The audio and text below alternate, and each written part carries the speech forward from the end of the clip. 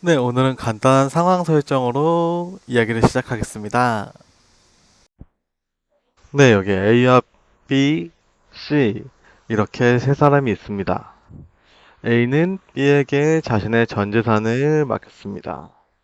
그리고 B는 사기꾼인 C에게 보이스피싱을 당해 A가 맡긴 전 재산을 사기당합니다. 그리고 이 과정에서 B는 주변의 사람들에게 C가 사기꾼인 것 같으니 돈을 보내지 말라는 마이유를 받습니다. 그러나 B는 세간의 소문만을 믿고 사람을 판단하면 안 된다면서 주위의 마이유에도 불구하고 C에게 A가 맡긴 전 재산을 보냅니다.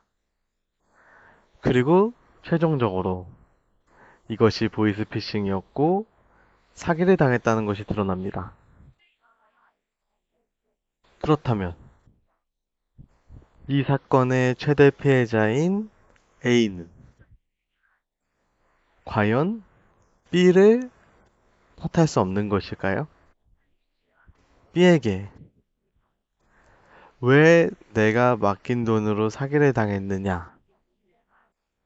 최소한 그 돈이 어떤 돈인데? 라고 하소연은 할 수 있는 거 아닙니까? 그 정도도 못합니까? 오로지 C한테만 탓하고 오로지 C의 멱살만 잡고 매달려야 합니까? 네, 다들 눈치채셨겠지만 여기서 A는 우리 국민들, B는 문재인 전 대통령님, C는 윤석열 대통령입니다. 네, 제가 이렇게 예를 먼저 말씀드린 이유는 제가 최근에 쇼츠를 하나 봤는데 이제 진보 스피커 중에 한 분인 이제 거의 없다 님께서 말씀하시는 것 중에 이제 문재인 대통령님을 비판하시는 이제 지지자분들에 대해 말씀하신 것 같은데 제가 보기에는 이제 그래도 조금 너무 하신 게 아닌가 그 느낀 부분이 있어서 이렇게 그분이 말씀하신 것보다는 제가 든 이 비유에 더 적합한 상황이 아닌가 해서 말씀드려봤습니다. 이게, 이게 어제 뉴스인 것 같은데, 이게 또 이제 비슷하게 반복되고 있는 건데, 이제 A 놀이는 돈을 잃고, 이제 B한테 가서, 아, C한테 무슨 말이라도 해서 돈을 받아와라.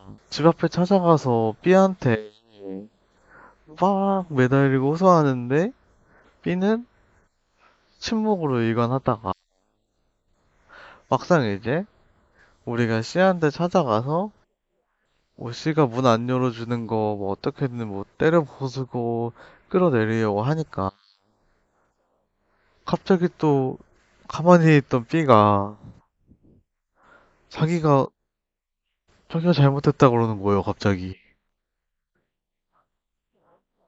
이거는 저는 모르겠습니다. 아, 왜 문재인 대통령을 비판해? 우리가 왜 사기를 당한 사람을 비판해? 왜 내부 갈등을 일으켜?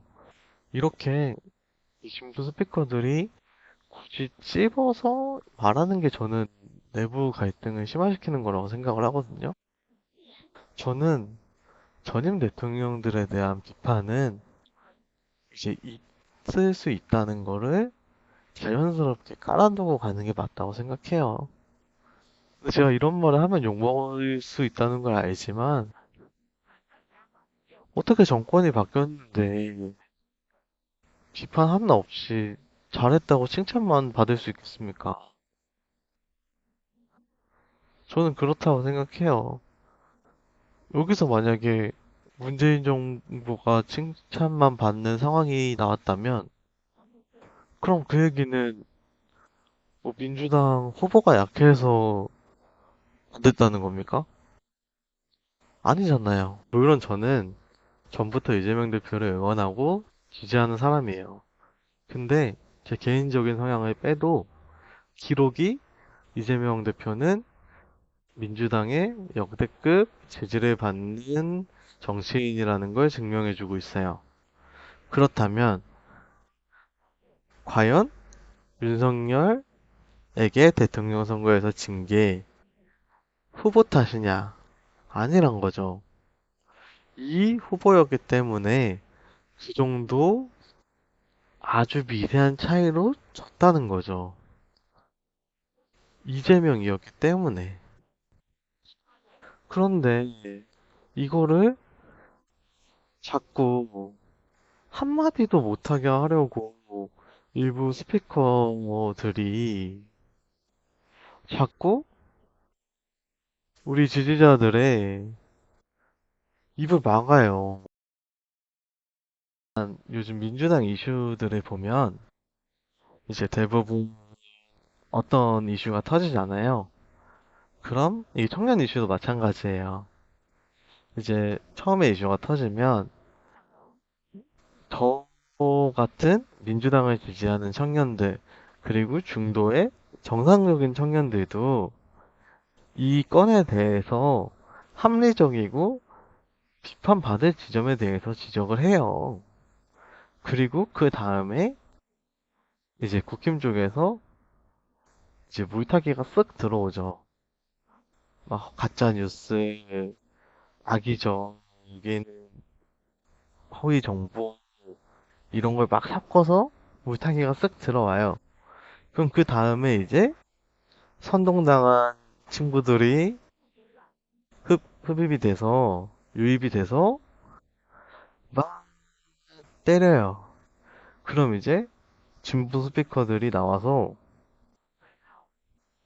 비판들을 싹 엮어서 이찍들 이런 식으로 해서 대응을 해요.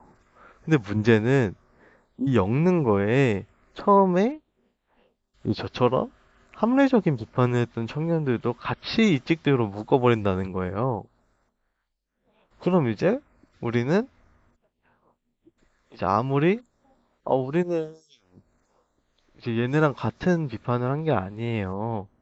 우리는 이 점에 대해서 합리적으로 이 부분은 잘못됐다고 생각해서 말씀을 드린 겁니다. 라고 해도 이 부분이 전혀 먹혀들지를 않아요. 그래서 우리를 이찍몰이한 그 스피커들한테 기분이 나빠서 민주당을 떠나게 되는 거예요.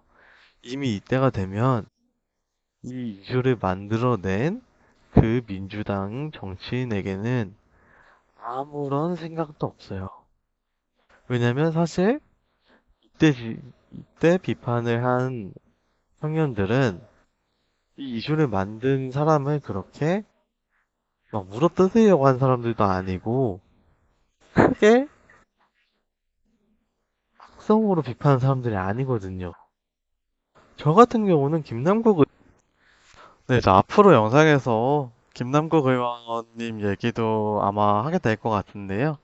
이제 미리 조금 말씀드리면 전 사실 김남국 의원님 건 같은 경우는 이제 사건의 본질적인 부분보다는 이제 그 뉴스공장에 나와서 말씀하시는 과정에서 아마 보신 분들은 아실 텐데 이제 그 김어준 공장장도 약간 이제 들으시면서 약간 다시 한번 물어보거나 움찔움찔 하셨던 부분들이 있어요.